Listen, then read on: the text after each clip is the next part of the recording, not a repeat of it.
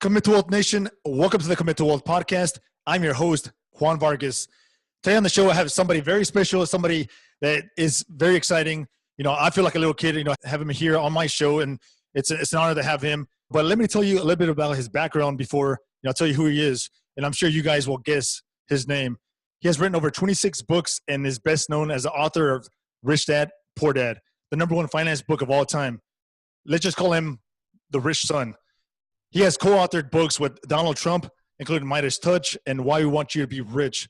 He is the creator of the Cash Flow Game and the founder of the Rich Dad Company. Robert has impacted millions around the world by challenging the way they think about money and providing awareness in financial literacy. He's the host of a very popular show called The Rich Dad Radio Show. Robert Kiyosaki, thank you so much for taking the time and be here on the show. Thank you, Juan. I appreciate it. Yes, it's an honor to have you here. So yeah, let's go ahead and get this show started. And a lot of my listeners, are here in the nation, here in the States, but also have a lot of listeners, worldwide. So for those of the guys that don't know who you are, shame on them. But those are the guys that don't know who you are. Tell us a little bit about your background and who you are. Well, my name is Kiyosaki. I'm Japanese. I'm fourth generation Japanese American. So my relatives came to Hawaii in the 1880s. So I don't speak Japanese, and I'm more American than Japanese.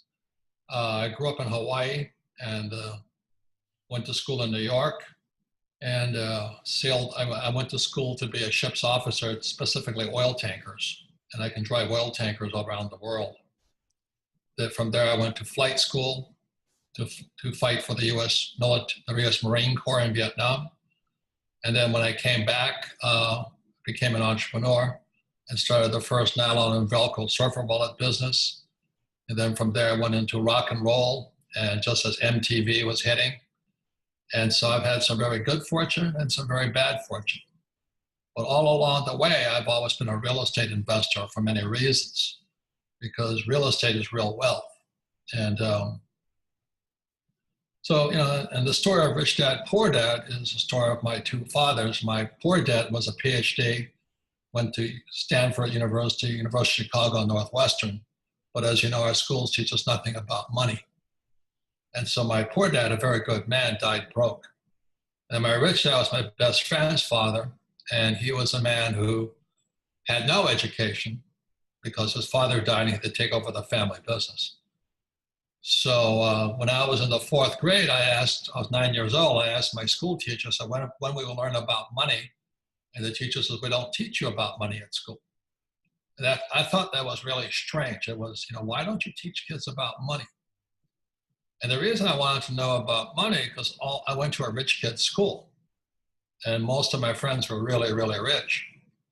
And I wanted to know how come my family wasn't rich. And so that's why at 9, I just raised my hand and said, how come we're not rich?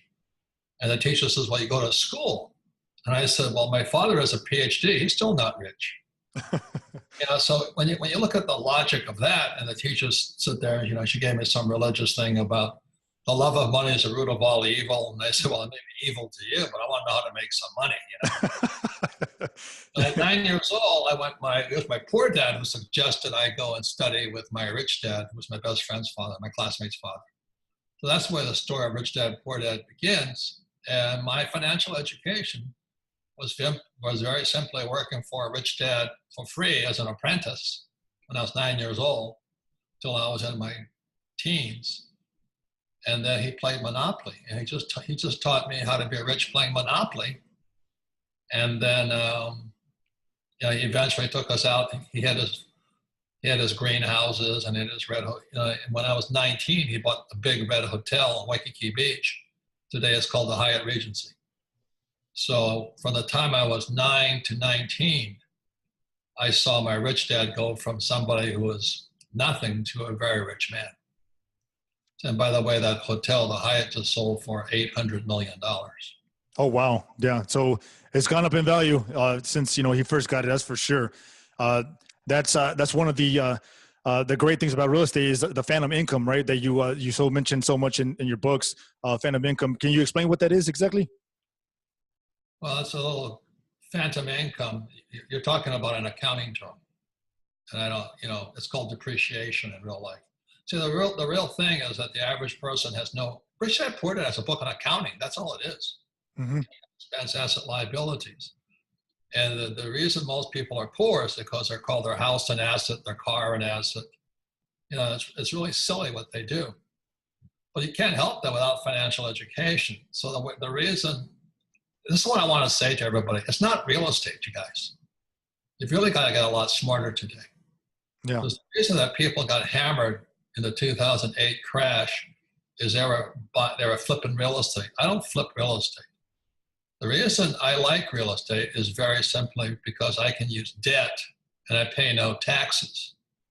I'll say that again. It has nothing to do with real estate. How else can I use debt, 100% debt, and pay no taxes? So to be able to do that, I've really got to understand accounting. So Rich Dad Poor Dad is a very simple book on accounting.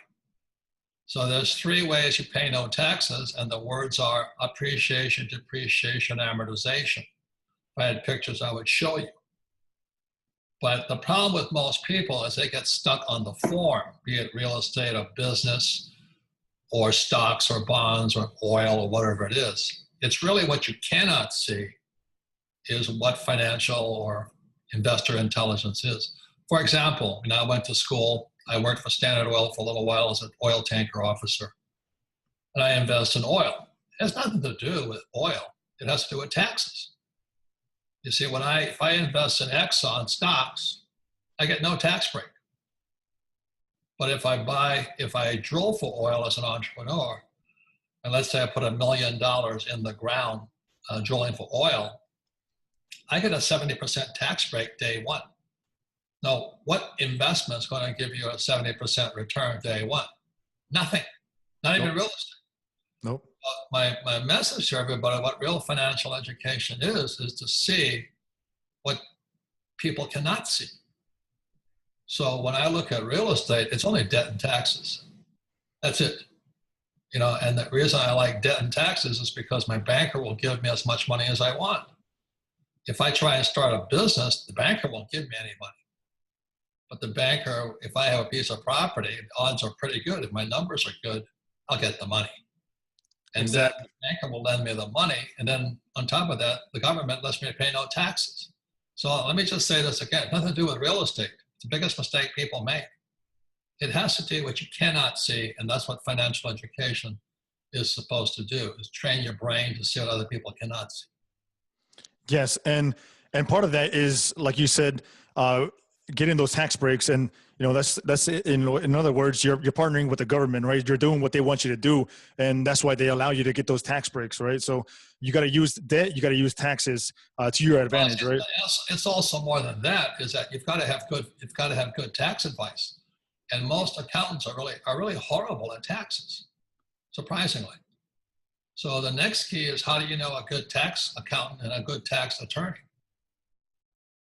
You see, the problem with most people is they think they have to know everything.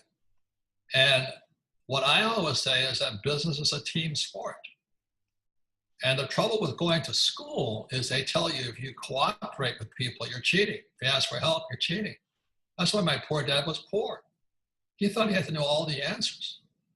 You know, when I go after anything, be it a business, oil well, property, technology, Bitcoin, I go with a team. That's why I win. And the average person wants to be smart. You don't have to be very smart. I'm living proof of that. But I get smarter because I have good advisors. So those are the keys. It's little to do with the investment. I don't care if it's real estate, business, oil, gas, automobiles. It really is what you cannot see that makes you rich. Robert, I want to ask you this. You know, in your books, you talk a lot about, you know, go to school, you know, get good grades, you know, get a job. That's what we've been taught to do, you know, ever since, you know, way back when, right?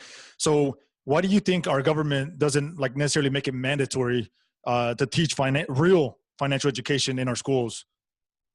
Because they don't know what financial education is. Look, I'm not Republican or Democrat, but do you think Obama knows anything about money? No, I mean, he was working for money. Even as a president, he was working for money, yeah. Same as Hillary and Bill Clinton. They don't know anything about money. Yep. Now, Bush's, they knew. Trump knows. Right. And so, of course, and most of our school system are like Obama and Clinton's. And our government is run by people like Obama's and Clinton. I'm not a Republican or Democrat. I don't have a dog in that fight. But you really got to be aware of who's running the show. That's really 99% of it. So I don't agree with Trump most of the time, but I like what he's doing. And I understand the foundation of his thoughts of what he's doing it. At the same time, like he just proposed this bill yesterday, I think, about, training people after they leave school. That's really a good idea, because when a person gets a high-paying job, they pay taxes. Right. But what people like Bernie Sanders is doing, they say we should pay people not to work. Well, that increases taxes. So as an individual citizen, you have to look and understand where these people are coming from. Bernie Sanders is not a rich man. I mean, I wouldn't take financial advice from him. And I wouldn't take financial advice from Bill or Hillary. But Trump and I are good friends. Right. And he understands business. Now, unfortunately, most school teachers are on the Marxist side, on the socialist side. Nothing right or wrong with it, but you got to have, they don't know anything about money, like my poor dad. Yep. That's what it's about. They can't teach something that they don't know, right, themselves. And one of your books, Second Chance, which, I have it here in the back right here. You talk about the importance of studying your past to see our future.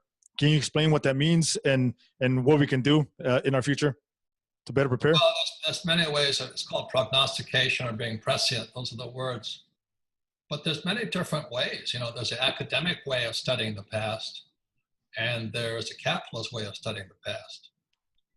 So what academics like Ben Bernanke, who was Fed chairman, the way he looked at it, he just studied the Great Depression. He was an expert on Great Depressions. And a guy like myself and all that, we can't go back that way. It's important to understand the Great Depression, but you've also got to understand what's happening today.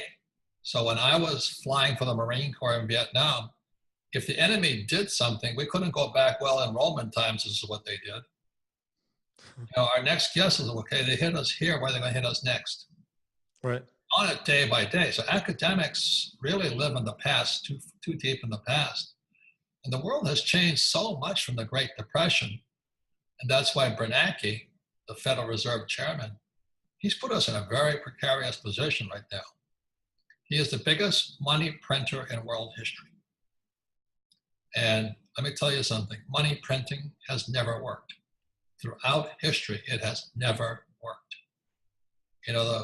Back in 1923, after World War I, the German government started printing money.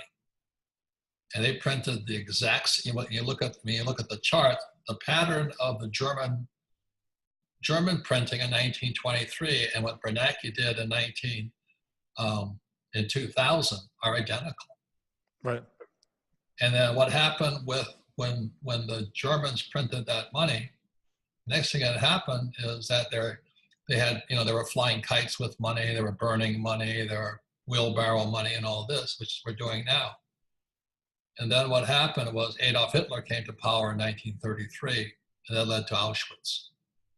So printing money throughout history, since the time of the Chinese and the Romans and the Americans and all this, has never worked. So Bernanke went out there, a student of the Great Depression, and he is the biggest money printer in history.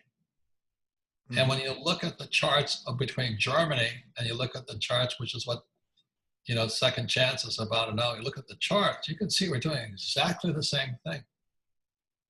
And it's not going to end well. It's not going to end well. And that's what Trump's afraid of. Yeah, and unfortunately, because if it happens, during his presidency, regardless if he gets a second term, which I personally think he will, a lot of people that are not necessarily educated on this subject are going to be blaming and pointing fingers at him, right? Which is very unfortunate for him. So no, I don't think he gives a care. I think the guy's pretty thick. Yeah. The thing I really dislike about the news today, it's all about Trump. If I was watching the news, I'd be saying, what about me? What am I doing? Yeah. And these people are still sending their kids to school, tell them to get good grades, save money, get a job, work hard, invest in the stock market. And they're just mindless. That's what I say. They can't see beyond the superficial. Right. That's why I said to you, real estate has nothing to do with real estate. It has to do with debt and taxes. Right. Robert, back in the 70s, 60s, 70s, we could save our money, right? It was okay to save your money because you're making, 10, 15% on your money, right? Nowadays, I mean, we have zero, we have negative interest rates, in a big majority of our world, why do you think that is, and tell us, what that means for the world. And, does it mean that there's so much money out there? Does it mean that, money's a liability now? How do you see that? Well, the money is in the hands of the rich, but the gap between rich and poor is wider. Today, 70% of Americans are living paycheck to paycheck. So the reason you have to understand the mechanics of printing money, the reason they're printing money is for the dollar to work on debt. We have to have inflation. So Bernanke is terrified because of the depression started in 1929 was deflation. So these guys who run the central banks are afraid of deflation. Now, when China came online in 1999, they caused deflation. So it was good for all the consumers. We get better products at better prices and go shop at Walmart and all this stuff. The trouble is it meant the money we were printing had to be inflated. So the reason they cut interest rates and started printing is they want to cause inflation. Okay. The trouble is inflation wipes out the average person. Their food gets more expensive, Medicare gets more expensive, life gets more expensive and all this. And they're still out there going to school, working hard for money, saving money, and they have no idea what's going on. So I'll just say it again, the reason they cut interest rates and all that after 2008 was they needed to create inflation. If we go to deflation, it's called depression. So that's what they're afraid of when you look at the big picture. Right. So can you tell us a little bit about the dollar the strength of the dollar, the US dollar moving forward? Do you see your prices just increasing, or do you see the purchasing power of the dollar just decreasing? They have to keep printing more money, which is going to lead to what they had in Germany in 1923, 1933. Right. And how does this affect that? That leads to collapse, that leads to guys like Hitler coming to power, and that leads to Auschwitz. It's going to happen again. Printing money has never worked throughout history. It's really that simple. It's all the way back to the Romans and the Chinese. It has never worked. The Americans printed, money for the Revolutionary War. They printed it for the Civil War. Zimbabwe printed money. Right now, Venezuela, they're printing money. It's not going to work. And that's why I say to people, get educated. The reason I like gold is they can't print it. I have a new book coming out pretty soon. It's called Fake Money, Fake Teachers, and Fake Assets. And it's really about, it starts with fake money, but it's really fake education. Right. What did our school teach you about money? Nothing. Is that an accident? No. And so people sit there and go, I'm going to buy a house and I'm going to, the price will go up and all that. Well, it goes up because of inflation, but it also comes down just as fast in a collapse. Right. So that's why you've got to be smarter today. These guys who are flipping houses, and they're at high risk right now. Yeah, you're going to get burnt if the market, changes out of nowhere. You're going to get burnt. Well, that's the whole economy. Yeah, the whole economy, and that's why today there's Bitcoin and cyber currencies, because Bitcoin came out in 2009. The Bitcoin was going after the central banks like the Fed and the Bank of Japan and the the European Central Bank. So when you look at all that's going on, I don't know how people can just sit there and go, I'm just going to buy some real estate. Or I'm going to buy some stocks. I tell you, we're at an all-time, we have never been in this position before. We have never had a world sitting on printed money. Now, it's going to be really good for some people and really bad for others. Yes. And that's kind of like what you say, being in the middle class, the middle class is shrinking. If you are banking on the stock market and things like that, then you're going to get burned pretty bad. Like you just said, it's going to be good for people. So for some people, it's going to be the rich. Look, market crashes make guys rich. Yeah. No, if you're financially educated. Yeah. In anything and it crashes, you'll get rich. But if you don't have any education, you get poor. Exactly. Yeah. So for the rich, a stock market crash makes me rich. Real estate crashes make me rich. Right. Yeah. No, I was referring to like the poor. If you're not financially educated, then you're gonna get burnt. But if you're rich and you have the right mindset, then you're gonna capitalize on that, right? So if you want these markets, it's a little more difficult than that. I'm in the market every fucking day. Excuse me. Yeah. Yeah. You know, I'm not there listening to some guy on CNBC talk to me. I'm not buying ETFs, not buying stocks, not buying mutual funds. I'm waiting for the crash. There you go. So you're sitting on the sidelines waiting. So that's good. And one of the books that you recommend is called The Rise of Robots by Martin Ford. Why is that so important for us to know about that? Like as far as our employment and our jobs here moving forward in the future. Well, Secretary of Labor Robert Reich came out last Sunday and he talked about the rise of robots. And it says it's not that the robots will take our jobs, it's that there's still a lot of jobs, but they're bad jobs. They're not jobs that'll make you rich. They're really low-paying jobs. And the low-paying jobs are jobs that humans can do. If a robot can do it, the robot will do it. If you can do your job as a human being, they don't need you. Yeah. So the people that's why if you read Rich Dad Poor Dad, lesson number 1 is the rich don't work for money. Mm-hmm. If you're an employee and let's say I'm a school teacher, they're not going to pay you much.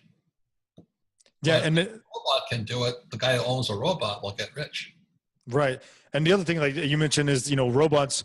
They don't need to, they don't need a vacation. They don't need to call in, sick or they can work 24/7 basically. Whereas a human cannot, and it becomes more expensive to have employees, right? So, right. Yeah. So go to school and get a job. Absolutely. Yes. I agree with you 100%. And thank you so much for sharing that. So Robert, this show is about real estate. I wanted to focus on real estate here just shortly. You have invested in real estate, in the past, and I don't know if you still do, but that's a question that I would like to ask you. Which is the asset class that you like to focus more on? Is it multifamily, single family, hotels? I mean, what is the asset class that you like to focus on right now more? And are you even investing right now in this current cycle? Look, I've been investing since most guys before you were born. So I own 6,500 rental properties, 5 hotels, golf courses, and things like that. I'm always in the market. That's what I'm trying to tell you. Always in the market. I'm never out. But there's a time when I'm buying. There's a time when I never sell. I try not to sell. Right. It's a good piece of real estate. I sell the junk, but I don't sell the good stuff. Sell the junk. Yeah, and so I'm doing my best to say something that people think is real estate. It has nothing to do with real estate. Right. What other, how many banks are going to give me $300 million for a startup? None. But when I have real estate, the banker says, "Oh, welcome." Mm-hmm. And then the tax department says, "Oh, we'll give you tax breaks." It's called component depreciation, appreciation, amortization, and all that stuff. But that takes education. And so for all your listeners out there, if you think it's just real estate, you're an idiot. It has nothing to do with real estate. It has to do with debt and taxes. That's what it has to do with. In anything you do, the reason I don't have a 401k, number 1 is I can't use debt. I don't get any tax breaks. Right. Why would I touch that thing? People talk about ETFs. Well, I can't use debt. I don't get tax breaks. Why would I touch it? Right. You understand? And until somebody understands that, then they go, "Oh, maybe I should." I'm not saying it's bad. If you want to be the village idiot and just do as your financial planner tells you, that's you. But your financial planner is probably more broke than you are. You're right. And that's really what Rich Dad does. Rich Dad would just sit there. He's a real guy. He'd sit there and laugh at people like my poor dad. My dad with his PhD and his job, and his house is an asset, his car was an asset. He says, your old man is really stupid. And that's what happens when people go to school. They come out like Obama and Hillary, and all they know how to do is skim off the government. I don't know if that's good or bad, but I don't have the guts to, I just don't have the conscience to do that. Right. So, speaking of, going back to Trump, what do you think of his presidency so far, and how he has impacted the economy, the job creation that he has, been able to increase, what do you think of his overall performance so far? I mean, I don't really think about it that much. I mean, he's got to be very careful because we're on the edge of collapsing. And we're not that far away. So if you look at the charts and all this stuff right now, we have never, Dow's at 25,000 approximately. It collapsed at 14,000 last time. Never has the world been in such a precarious position as a whole world. And the reason it's that high is because guys like Bernanke printed trillions of dollars. Now, when the Fed prints trillions of dollars, then Japan's got to print trillions. China's, the PBOC, the People's Bank of China's got to print billions and trillions. And the European Central Bank prints trillions. That's why the stock market's so high. Have we ever been here before? Never as a whole world. So that's why I wrote Rich Dad Poor Dad 21 years ago. And if you think it's about real estate, it really isn't. It's about getting smarter. Rich Dad Poor Dad is a book on accounting. Yes. And, it's called a financial statement. As my rich dad said, my bankers never asked me for my report card. My bankers never asked me if I had good grades or what school I went to. My banker says, show me your financial statement. And 99.99% of people coming out of school have no financial statement. They have a FICO score, maybe, but they don't have a financial statement. And then they can't read the numbers. That's really what makes you rich. That's why cash flow game and all this. So you could teach yourselves how to read a financial statement. Right. And if you don't want to do that, then just go buy some real estate and buy, hold, and pray, or buy an ETF. It doesn't make any difference. Right. And that's one of the things that you always mention as well. When you go to a bank, they're not going to ask you for, they're not going to ask you for your report card. They're not going to ask you for your FICO score necessarily. They're going to want to know your financial statement. They want to know. Yes. Doesn't mean anything. Right. So they want to see what do you have as far as your assets, any liabilities. And so they want to see your financial intelligence, my friend. Mm-hmm. I have a friend, he wanted to borrow $1.2 million from me the other day. And I said, did the bank turn you down? He goes, yes. I said, do you know why? He doesn't know why. I said, because you're too high a risk. Why would I give you $1.2 million? He says, yeah, but we're friends. I said, yeah, but my money is closer to me than you, But when I told this friend of mine to play the cash flow game and understand it, he says, no, I just want to borrow money. You know why he wanted to borrow money? What is that? He's got 20 kids in his family that are unemployed. Oh, wow. Grandkids and kids, grandkids and great-grandkids. They don't have jobs. They're all on unemployment. They're all on welfare. They're all on food stamps, EBT cards. He wants to borrow $1.2 million from me so he can feed his kids. Yeah. And he can't understand why the bank turned him down. Not going to happen. Not going to happen. Financial. He's in serious trouble. He has tax liens. Okay, so that's how stupid people are. I mean, I just can't believe it. I really can't believe how stupid people are most of the time. Going, you got to be kidding me. Now I have an advantage. I had a rich dad. Mm-hmm. So I started when I was 9 years old. My rich dad would chew me out, kick me out, yell at me, scream at me, teach me. And most people just want to. They just want to buy some Bitcoin and get rich. Well, it happens some of the time. You might as well play the lottery. I mean, that's really where people are at. They're gamblers. Right. I'm not a gambler. Robert, it's time for our Nuggets of Wealth. These are questions that I ask, our guests every week, and hopefully they're able to help our listeners. What is the number one trait that you think or character that an entrepreneur must have in order to be successful these days? You want to kick ass. You know, if you want to be average in life, get a job, you know, work for the post office. The reason I want to be an entrepreneur is because that's where I have the best shot. So I'm very, very competitive. You can't tell. Right. You know, Mm-hmm. I think one of the greatest, the easiest targets out there are people who don't get educated. You know, they go to their financial planners and they buy their house and they have a job and all this. And good, that's their life. But I'm extremely competitive. You know, I was a Marine pilot in Vietnam. I captained my rowing team. I captained my rugby team. So my advantage is if I get smarter than everybody, I can kick their butt. Now, I'm a nice guy about it and all this. I'm kind of like Trump, you know. Nice guy. But when somebody's sitting there struggling and moaning and complaining about Trump or Obama or Hillary, I go, you know, what a waste of time that is. Mm-hmm. It's really a waste of time. Right. So my greatest advantage is I like to win. I love it. And the way I win is by studying finances and stuff like that more than the average guy. And most people are average. That's why the gap between the rich and everybody else is so wide. You want to join those losers, you know, just have a good life. That's not my choice. No, it's a free country. Right. Oh, you're so cruel. I said, oh, I'm not cruel. I just know what I like to do. It's my game. Yeah. You know, I play rugby. Rugby is not an easy game.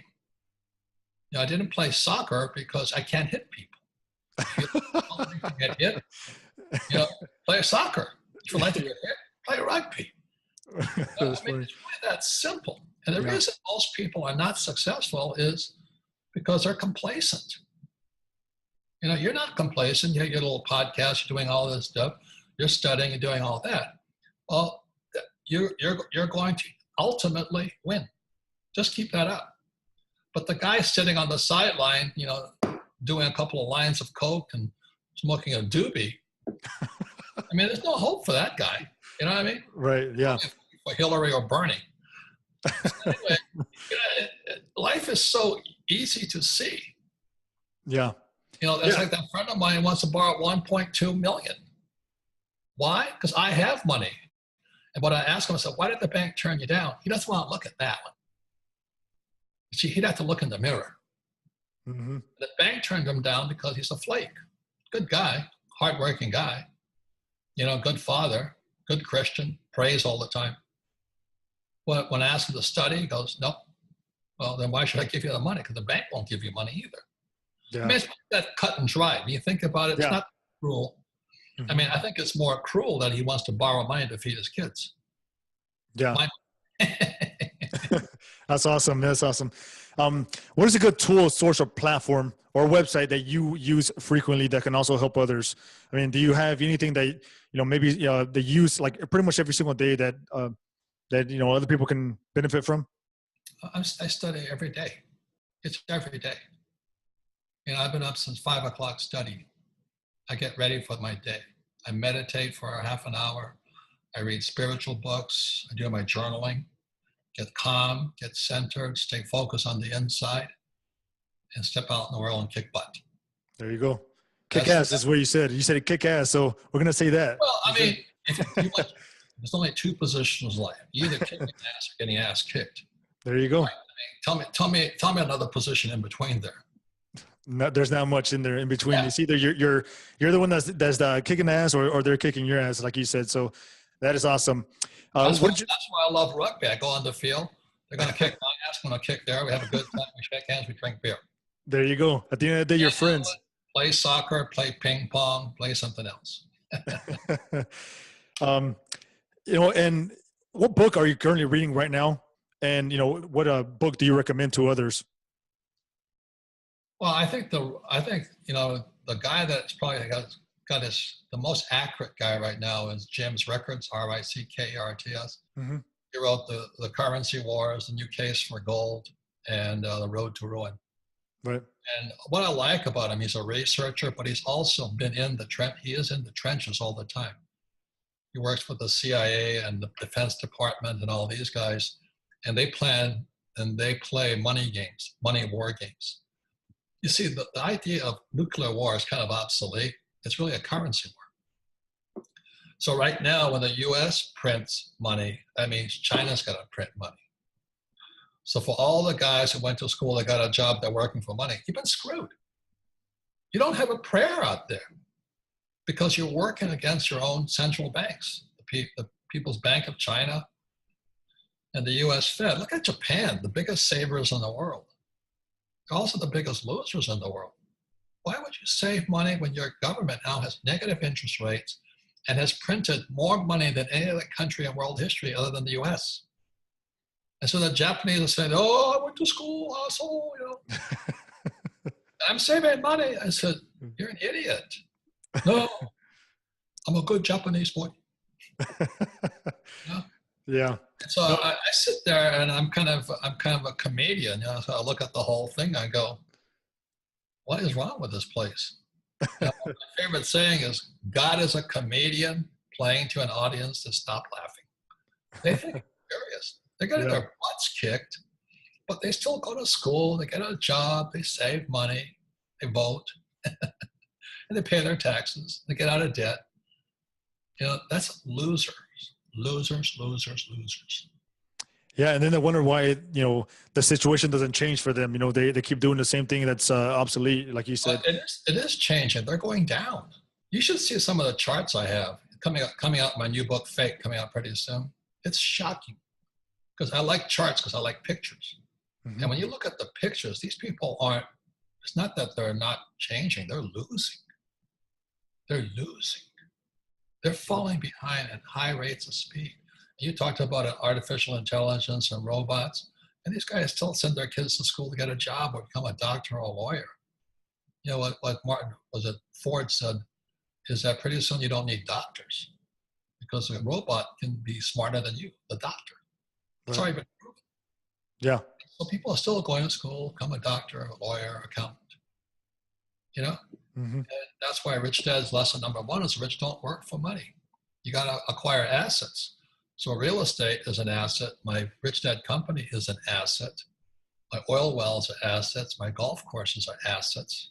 You know, my gold and silver, they're not assets. They're my insurance policy against a collapse. Yeah. So I really just play to win. That's it. And I like winning.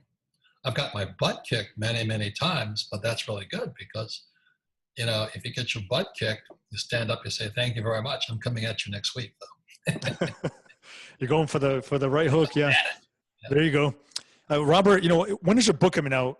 Fake. When is that book coming out?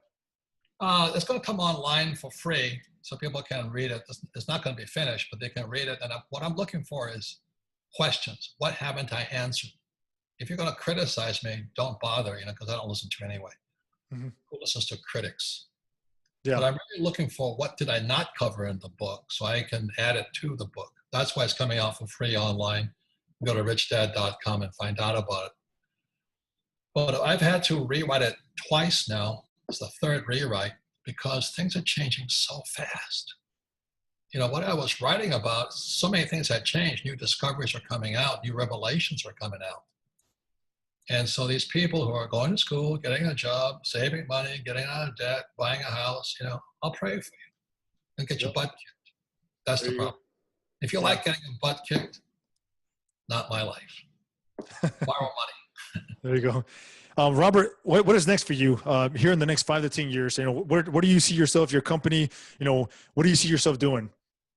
I retired so long ago. I just do what I do. Continue to do what you're doing at a great level. Yeah. My wife retired at 37. I retired at 47 off of real estate. You know, and that's why we created the cash flow board game to teach people what we knew: income, you know, financial statements, assets, liabilities. And I still like teaching. So I'm on my way next week to Africa and Australia, then on to Japan, and then Europe. That's my life. You know, it's freedom. That's what it's called, freedom. I have a great company. I have great teams behind me. And I enjoy it, but I like kicking butt. I don't like my butt getting kicked. Hey, but maybe when it gets kicked, I come back at you. It's There good. you go. Maybe you should come up with a book called, kicking butt or whatever you want to call it. That'd be a pretty good one. So, um, where can Commit to Wealth Nation go to contact you and find out more about you and Rich Dad Company? Yeah, richdad.com. I'm pretty Okay. isolated. RichDad.com. Okay. Well, I appreciate your time, Robert. Thank you so much for sharing your advice, sharing your wisdom. And I wish you continued success as always. No, you keep doing what you're doing. That's how you get rich. You just Yeah. keep doing what you're doing. You teach, you help others, you share information. That's how you really get rich. You're being generous. And all I do is I be generous. Other people are very greedy, as you know. Yeah. They won't tell you something unless you pay for it. Right. So anyway, I commend you for your work, and I thank anybody who's listening to you. But just remember this: either you're kicking butt or your butt's being kicked. Which one do you want? Thank you. That's a book. That's a book right there. I'm telling you, that's a book title. All right. Well, thank you so much, Robert. I appreciate it. Thank you. Thank you.